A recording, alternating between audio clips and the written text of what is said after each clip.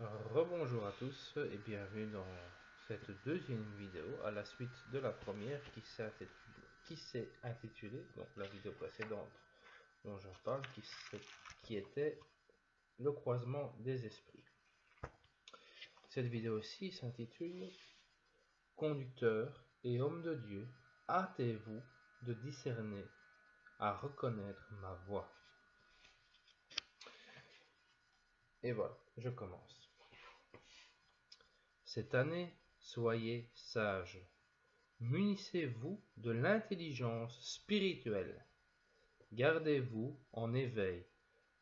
Portez toute votre attention et prenez le temps d'analyser ce que vous dites, partagez et enseignez. Veillez à ce que ça soit strictement ce que vous recevez directement de ma bouche. Oui, ne soyez pas surpris. Pourquoi l'êtes-vous? Ne prétendez pas donner un enseignement fondamental lorsque ce que vous enseignez vienne de vos propres pensées et de vos réflexions humaines modérées, car elles sont limitées à vos connaissances et elles ne vous apprennent rien.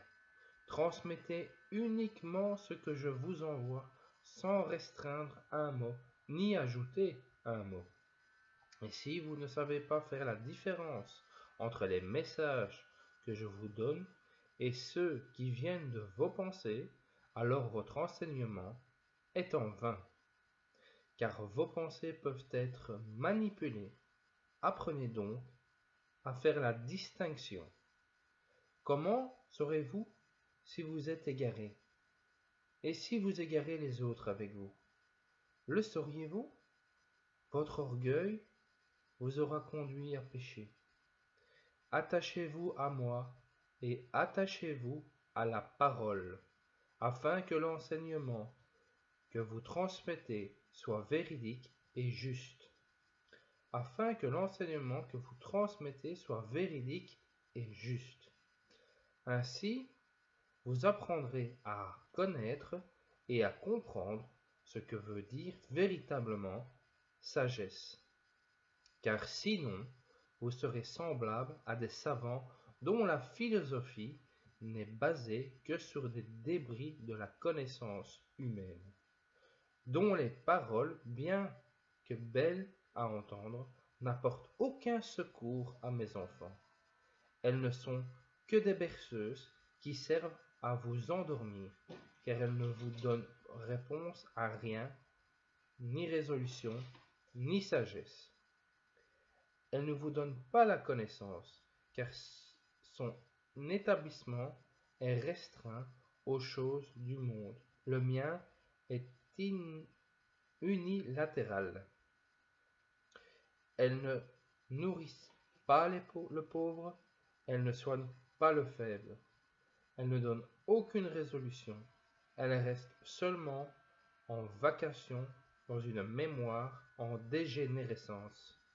Ce sont les mots des oubliés, qui bientôt ne laissera pas l'ombre de son souvenir. Alors soyez comme votre Père. Si vous voulez connaître la sagesse, soyez en le Père, et le Père sera en vous.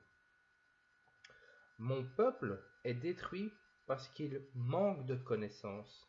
Cela a été en prévention. Cela a été dit en prévention.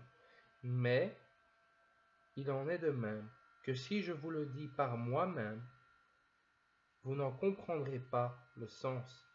Rien ne sert de me faire des éloges si vous n'entendez pas et respectez pas mes prescriptions. Vous seriez tel l'hypocrite qui fait l'éloge au roi et une fois le dos tourné reprendrait ses vieilles habitudes. Si tu rejettes la connaissance, tu n'es héritier de rien. Si tu ne sers seulement que ce que tu sais, alors tu n'édifies pas ton âme et l'enseignement que tu transmets reste vain. Cherchez la vérité. Elle réside dans l'unique et le seul, l'Éternel des armées. Soyez les philosophes de votre Père. Recevez la connaissance de la source dont elle jaillit. Elle jaillit de votre Père. Il est lui-même l'alpha, l'alliance de toutes choses qui existent. De quoi d'autre avez-vous besoin? Rien, car il est l'essence même de la vie. Lorsque vous voulez transmettre l'enseignement, n'interprétez la parole par votre n'interprétez pas la parole par vos propres compréhensions. Lorsque vous voulez transmettre des révélations, assurez-vous que les informations que vous voulez partager vous sont bien transmises par moi. Prenez garde, sachez faire la différence entre ce que vous recevez de ma part et ce qui vient de vos pensées, car vos propres pensées peuvent être manipulées. Si un doute persiste quant à ce que vous recevez, alors sachez que cela ne vient pas de moi, car même si vous êtes épris de doute, je vous apporterai confirmation, et si cela n'a pas lieu, vous pouvez avoir la certitude que ça ne vient pas de moi. Soyez attentifs et patients. En toute chose, il y a moyen de faire la différence. L'enseignement que je vous envoie est toujours constructif. Il vous aide à évoluer dans la foi. Il vous donne les instructions à suivre pour mener à bien la mission que je vous ai confiée, et cela jusqu'à son aboutissement. Il vous montre comment vous protéger et vous aide à établir les plans de Dieu. Si ce que vous recevez ne remplit pas ces trois descriptions, si ça ne vous apprend rien, alors ça ne vient pas de moi. Car personne ne connaît les plans de l'Éternel, ils ne sont connus qu'après leur établissement. Je suis tous les jours avec vous, je vous accompagne, je vous affermis et je vous guide. Heureux ceux qui suivent mes préceptes, ils ne seront jamais égarés. C'est moi qui vous donne l'envie d'enseigner et qui vous donne le sujet à enseigner. Quand il vous vient l'envie d'enseigner, ne le faites pas sans fondement.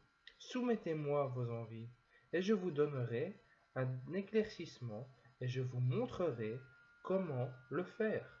Ainsi votre enseignement sera bénéfique à celui qui écoute. Ce sera une nourriture pour l'âme. L'interprétation de la parole est unique. Elle n'a qu'un sens et son explication est spirituelle. Elle ne vous est donnée que par moi, qu'il s'agisse de celle que vous recevez directement par moi ou de celle qui vous a déjà été transmise. Nulle science que l'Éternel, c'est lui qui met en vous la source de la connaissance, nul autre que lui. N'enseignez jamais en suivant votre interprétation personnelle, mais si votre intention, même si votre intention, dans l'inspiration, est bonne, cela ne signifie pas qu'elle est juste. Comment le sauriez-vous? Mais si vous ne savez pas faire la différence entre vos pensées et l'enseignement que je vous envoie, alors comment saurez-vous enseigner? Vous perdriez et perdrez les autres avec vous, car lorsque vous enseignez les autres, ils s'accommoderont de votre explication. Si vous êtes convaincu vous-même de ce que vous dites, combien sont ceux que vous convaincrez? Nombreux. Alors combien indurez-vous en erreur? Ceux qui reçoivent le don d'enseigner ne réfléchissent pas par eux-mêmes sur le sujet. L'enseignement, ils ne choisissent pas un sujet à donner. Non, ils reçoivent ce que je veux donner et ils le transmettent. Ils enseignent avec une interprétation juste. Ils doivent être impartials comme un juge pour recevoir le don de discerner la logique. Ils ne doivent point être influencés par quelque jugement qu'il soit, hormis celui du Père, car c'est le seul qui est véridique.